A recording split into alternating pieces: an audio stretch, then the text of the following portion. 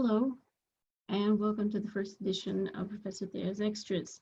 In today's video, what we're going to do is we're going to talk through the lab that you worked on over the break, the debugging lab. So I thought it might be kind of helpful, since we can't sit down and chat one-on-one during the lab like we usually would, that maybe I would just take you through some of the code, especially things that I know that are a little bit confusing from the previous years, and just explain to you how the code works. So if you're all set on the lab, then you don't necessarily have to watch this video, but I just thought that I would make it for you, for those, especially for those of you who might be struggling with understanding how to answer the questions. So if you like this video, definitely let me know. If you enjoyed it, if you like this video, give it a thumbs up and click the subscribe button. No, just let me know if these videos are helpful, because I could try to do some of these for each of the labs. Again, the situation will be pretty much the same as we move forward. All right, so right now I'm working with a 2 monitor setup. So if I appear to be staring off screen and not paying attention, I'm probably looking at the other monitor. So anyways, what I'm going to do here is I'm going to take this over here and share my screen with you. Let's see, the screen one is this one over here. All right, so now you should be able to see my desktop. And so what I've done, oh, you can see my Zoom meetings. What I've done is I just have up the solutions which are available on Moodle. And we also have these debug labs. So let me just bring this over so you can peek on this over here as well. All right, so this is your debug lab. And so, get out of the way, Dropbox. And so what I have here is just the lab that you've been working on, so we can sort of just keep in mind which questions we're working on.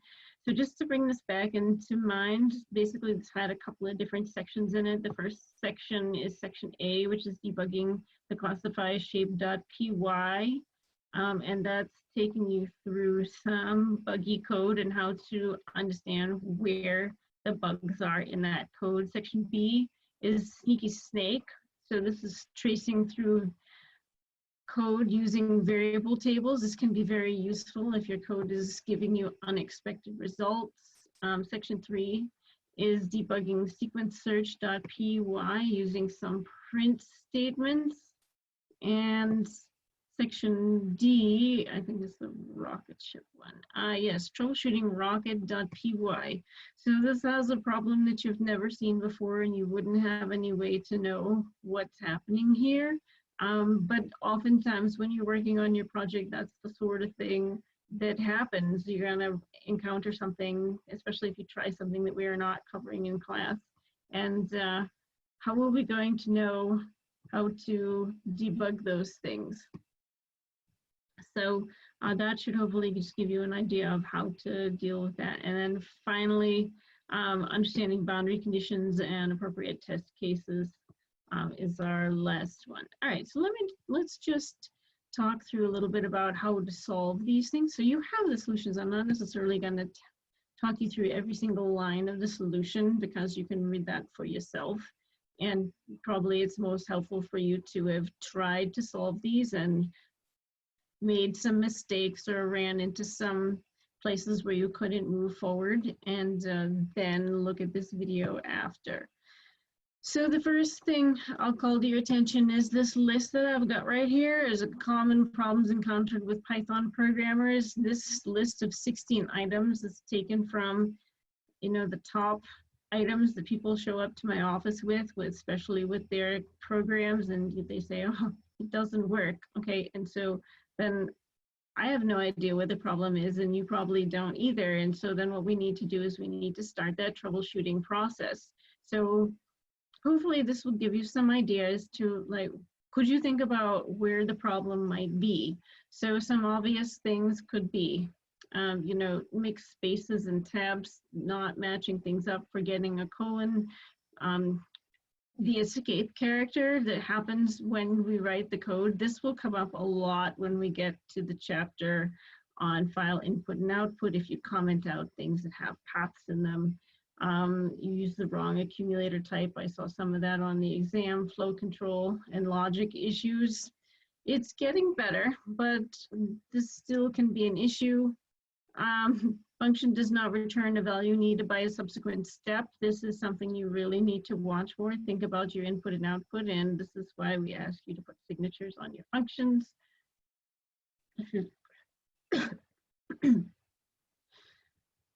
Function, the value returned is not captured. Another typical function problem. Not captured in a variable could be another issue. Incrementation and decrementation of variables, that's another typical thing you want to just watch for.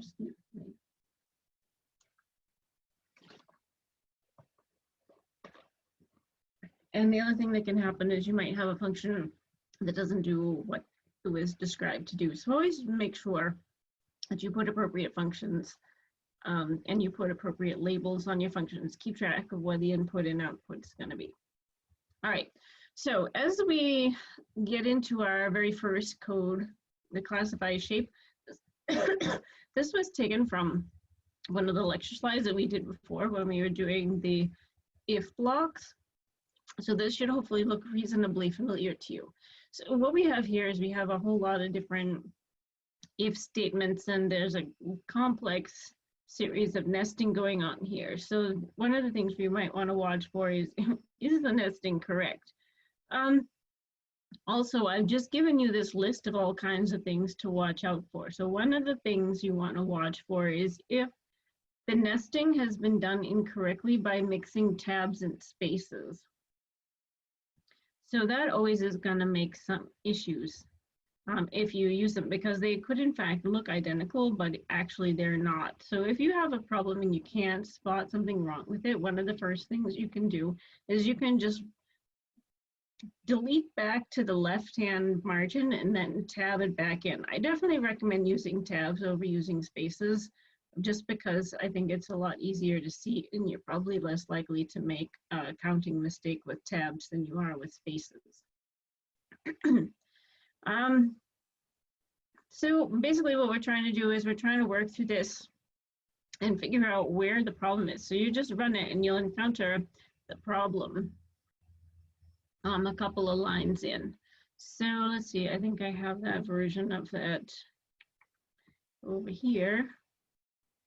Let's see, classify shape. Yep, here we go. This code has bugs. So you've probably already done this and you've run your code and you see that there's the unexpected indent. So right away, the first things I'm going to think about is, do I have space problems? You know, did I press the wrong spacing? And of course, when you're block commenting it out, which is what I'm suggesting that you're going to do, what you want to do is you want to try to not leave a piece hanging, right? So if I block comment something out and I lose a piece, so suppose I do like this. I start my comments here, and then I close it down at the bottom. Do you see the problem is this if statement doesn't have anything in it. So now when I try to run it, it's not going to end. All right, it still says there's an unexpected, it expected an indent block, right? So the problem is there's nothing here. So what you need to do is you need to add a pass if you're going to do something like that. Let's see if that's going to fix the problem. All right, great. So that runs. So what this also has done is this has also confirmed the fact that up to this point, there's nothing in here that's causing it to have a problem. But our other lesson from today is that just because the problem shows up on this line doesn't necessarily mean that that is where the problem originates from, right? So that's something you need to keep in mind. All right, so we can undo that. And then we can run again. Okay, so it says we have an unexpected indent problem here. So definitely this is supposed to be indented. So let's just try this. So I basically just deleted back to the left and then tabbed it in. All right, and it's still giving a problem. So we see that there's something wrong with this, right? So what I'm challenging you to do then is I'm challenging you to block off pieces. So one thing you can do is you can go one line at a time without breaking a block. And then what you can do is once you realize that you could do that, you could start blocking off in groups, right? So for example, if you comment out this line, right, the problem is wire n isn't going to be defined. So we can't really do that and expect that this is going to work. But what we could do is we could define that and then we could move forward with the code. So we could, for example, go y or n equals y, right? And now we can comment this out. And even if that's not commented out, it's still going to allow it to run. All right, so now some of the things we want to do is we want to experiment with blocking out different sections. So suppose the problem occurred somewhere else. So let's see, we can just do this. I'm just gonna go through and just check my tabbing up to that point to make sure it's fine. Yeah, that should be in there, like that. And we're just gonna do this. Okay, so you see that now, oh, now we introduced another problem. Yep. Okay, we still have that indent issue. All right, so let me just pause you while I work on reminding myself where exactly that is. Let's see.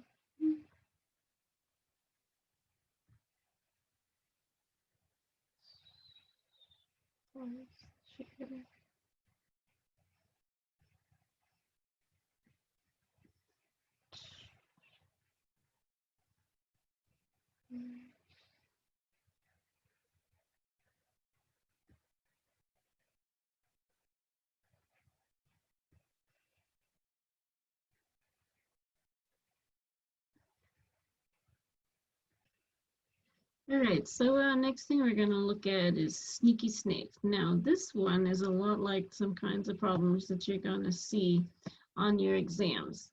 So this is just going to be suggesting ways you can write out your variable tables in order to follow what's actually happening. So I'm going to just pull up the solutions that I gave you because I've written down the variable tables nicely down here for you already, and I think that will kind of help me to explain this.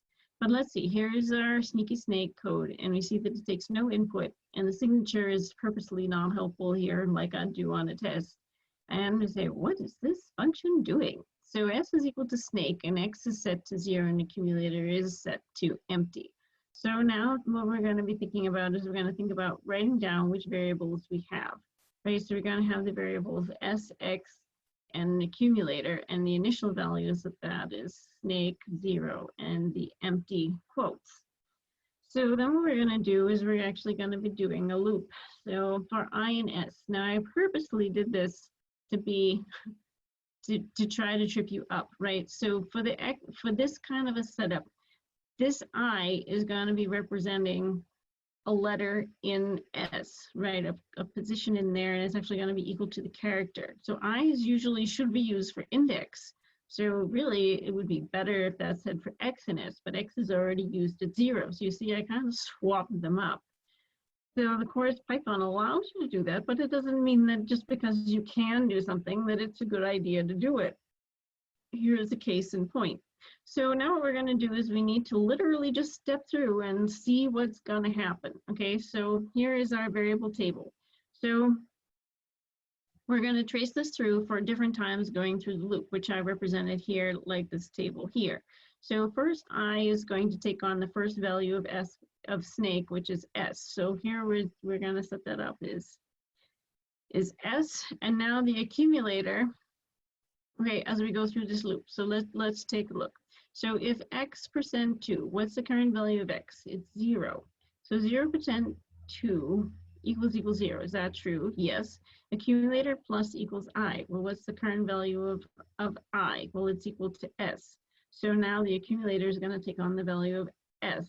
Now, as we move through here, x plus equals 3. So that means we're going to add 3 to the current value, which is 0. So we're going to put in 3. All right, back to the top. So I is now implicitly going to be set to the second letter. So I is equal to n. If x% 2 is equal to 0. So what is x? We'll look on your variable table. It's currently set to 3. Okay, so that's not going to be equal to 0. So accumulator is not going to add anything. And then x is going to increment by 3. So 3 plus 3 is 6. Okay, so that's what we have here. So the accumulator still stays the same. Now when we're on A, then what's going to happen is now being 6. 6 divided by 2 has a remainder of 0, so we'll take on the next letter. So you start to see what's happening here. So this is always checking whether it's odd or even, whether x is odd or even.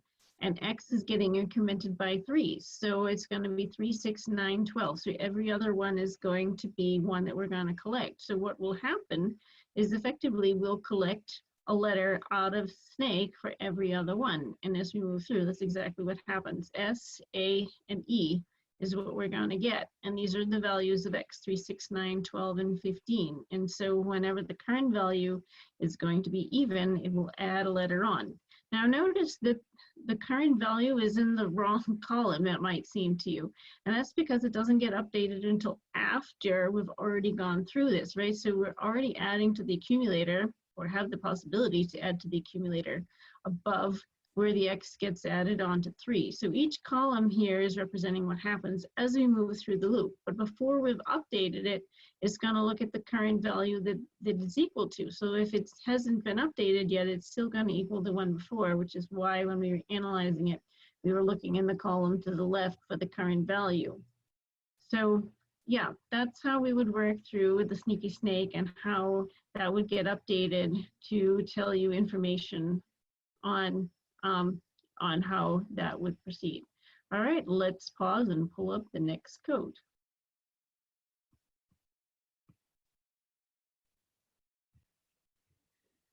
All right, so let's take a look at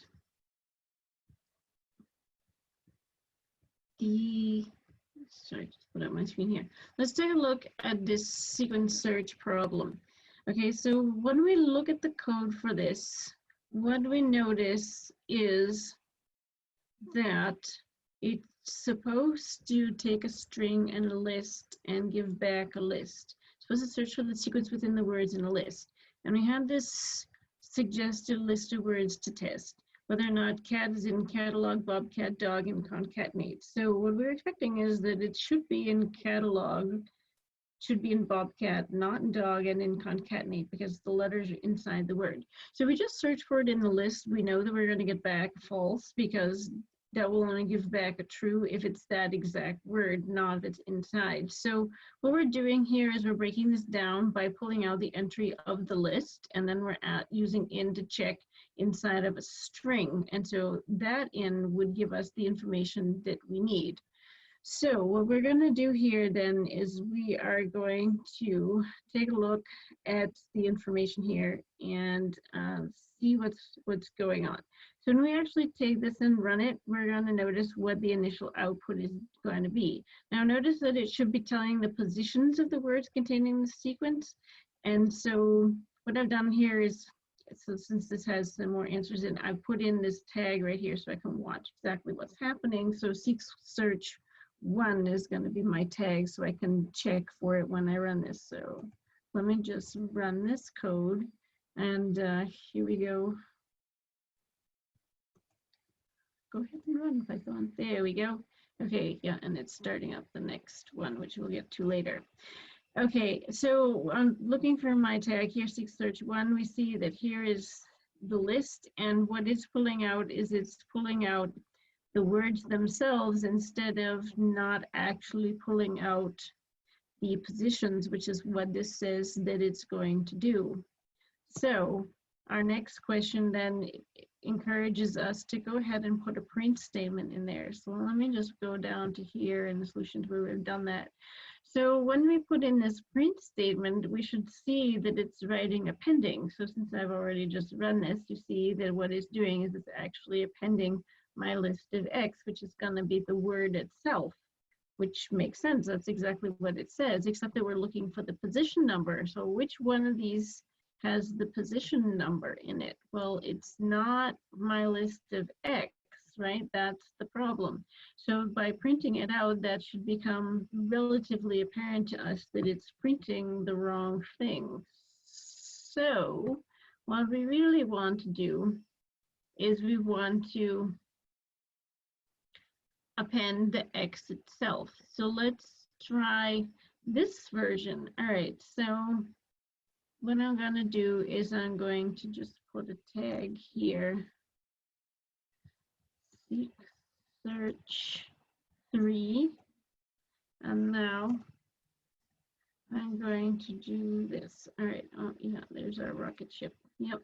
Okay, so what we have here now is our sequence search 3 tag right here. Okay, so now what we're doing is we're in fact actually appending the numbers instead, which we see we're getting out as 0, 1, and 3.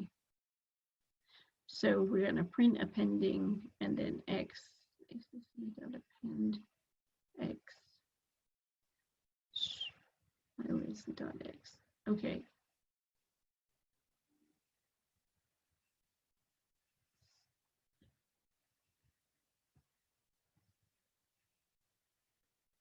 What?